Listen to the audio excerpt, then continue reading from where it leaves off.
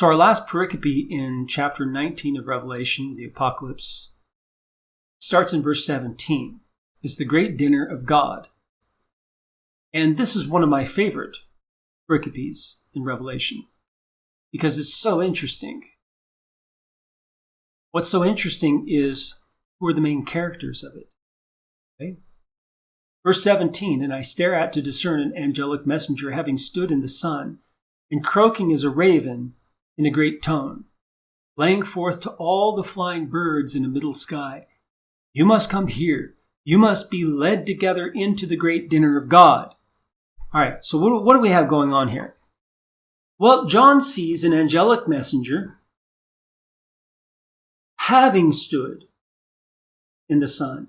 So already had stood in the sun, not standing in the sun at that moment, having stood in the sun, and croaking as a raven in a great tone, laying forth to all the flying birds in a middle sky, middle like vertical, in a middle sky.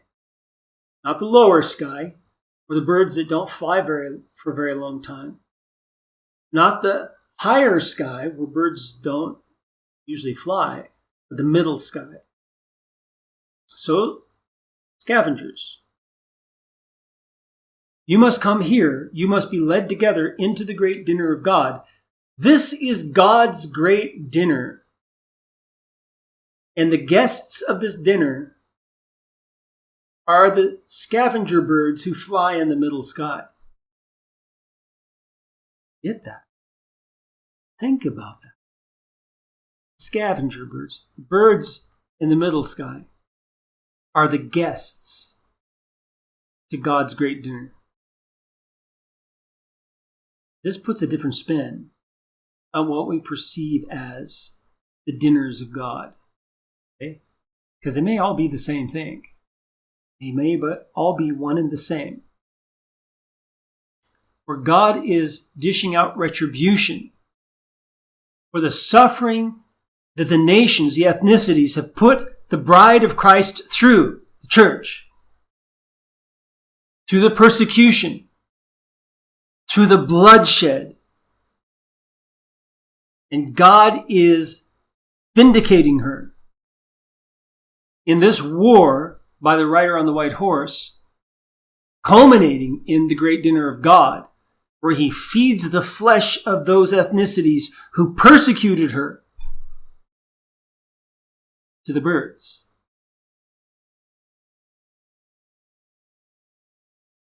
Verse 18.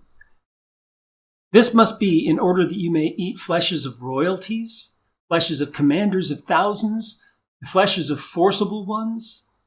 That harkens back to this other video on the Nephilim and that passage in Ezekiel. Watch the video carefully because there is a reference and explanation from the passage of Ezekiel of the Nephilim who were forceful ones, terrifying everyone on the earth, and what happened because of that to them.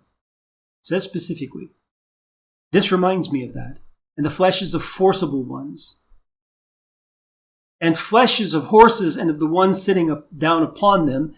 And fleshes of all, both unrestrained, those not bound as servants, and those bound as servants, both small and great, insignificant and infamous and famous. Verse 19. So there's nothing surprising there, right? They're being called to eat the actual flesh of these people. So that's already presuming that they're going to be killed. Because they're not dead yet. Hasn't happened yet.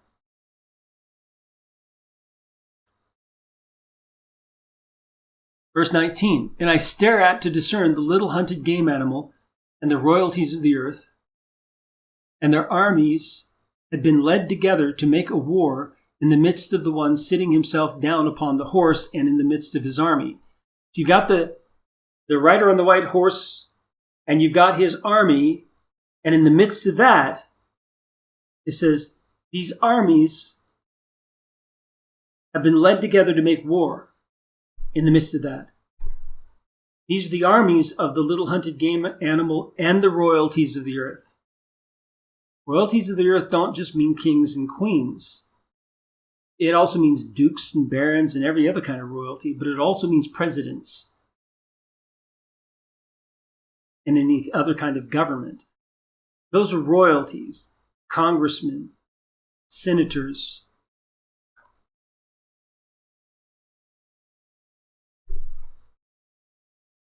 Verse 20. And the little hunted game animal, that's what beast means.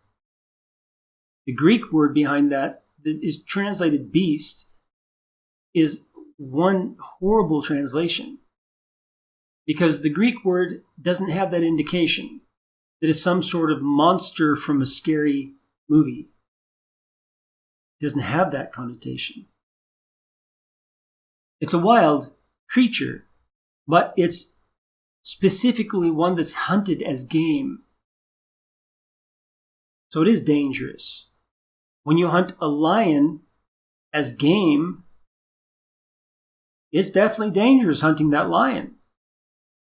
But nevertheless, it is a hunted game animal. In this case, it's a diminutive. We already talked about that. And the little hunted game animal is captured. Doesn't say how long it took to capture him. Doesn't say how they captured him. But he was captured. And the false prophet with him as well. So they're captured together. And it says who the false prophet was. The one making the indications in front of his gaze. Right? Remember I told you, identify every pronoun and who it refers to. His gaze. Who does his refer to here? Well, if you read the previous chapters of Revelation, you'd know that this is talking about the little hunted game animal in front of his gaze. And the one making indications, that's the prophet, in front of the gaze of the little hunted game animal. And those indications are prophetic indications, like signs. That's what it means, signs, indications. In which things, in these indications he made in front of his gaze, in which things he causes to wander astray. Causes to wander astray. He deceives. To wander astray. It's the word that's used in association with false teachers, by the way, and false prophets. Those taking the engraved tattoo of the little hunted game animal, the mark of the beast, as we popularly call it. Taking the engraved tattoo of the little hunted game animal, and those crouching as dogs to lick the hand of a master, crouching to the likeness of him, the icon of him, ikon is the Greek word, the likeness of him, whether it's a picture, whether it's a hologram, whether it's a ring that has his picture on it, or a coin, or whatever it is. Maybe your desktop has a wallpaper on it of him, but they're crouching to the likeness of him as a dog licking the hand of a master. That's who was caused to wander astray. That's who was deceived by the false prophet through his signs and indications that were done in the gaze of the little hunted game animal. Then it says, living, the two are thrown. All right, so the little hunted game animal and the prophet are not killed. They are alive, and they are both thrown into the restrictive lake of the fire, the one being ignited in godlike sulfur. So we know more about the lake of the fire, that it is ignited in godlike sulfur, a sulfur that has got godlike properties. Verse 21. And the remaining ones, after they captured them, and the remaining ones of that army from the royalties of the earth and the little hunted game animal, the remaining ones are killed off in the saber of the one sitting himself down upon the horse, that departing from out of the mouth of him. And all of the birds are being filled from eating from out of the flesh of them. So as he's killing them, the birds are coming down and eating their flesh. That's the great dinner of God.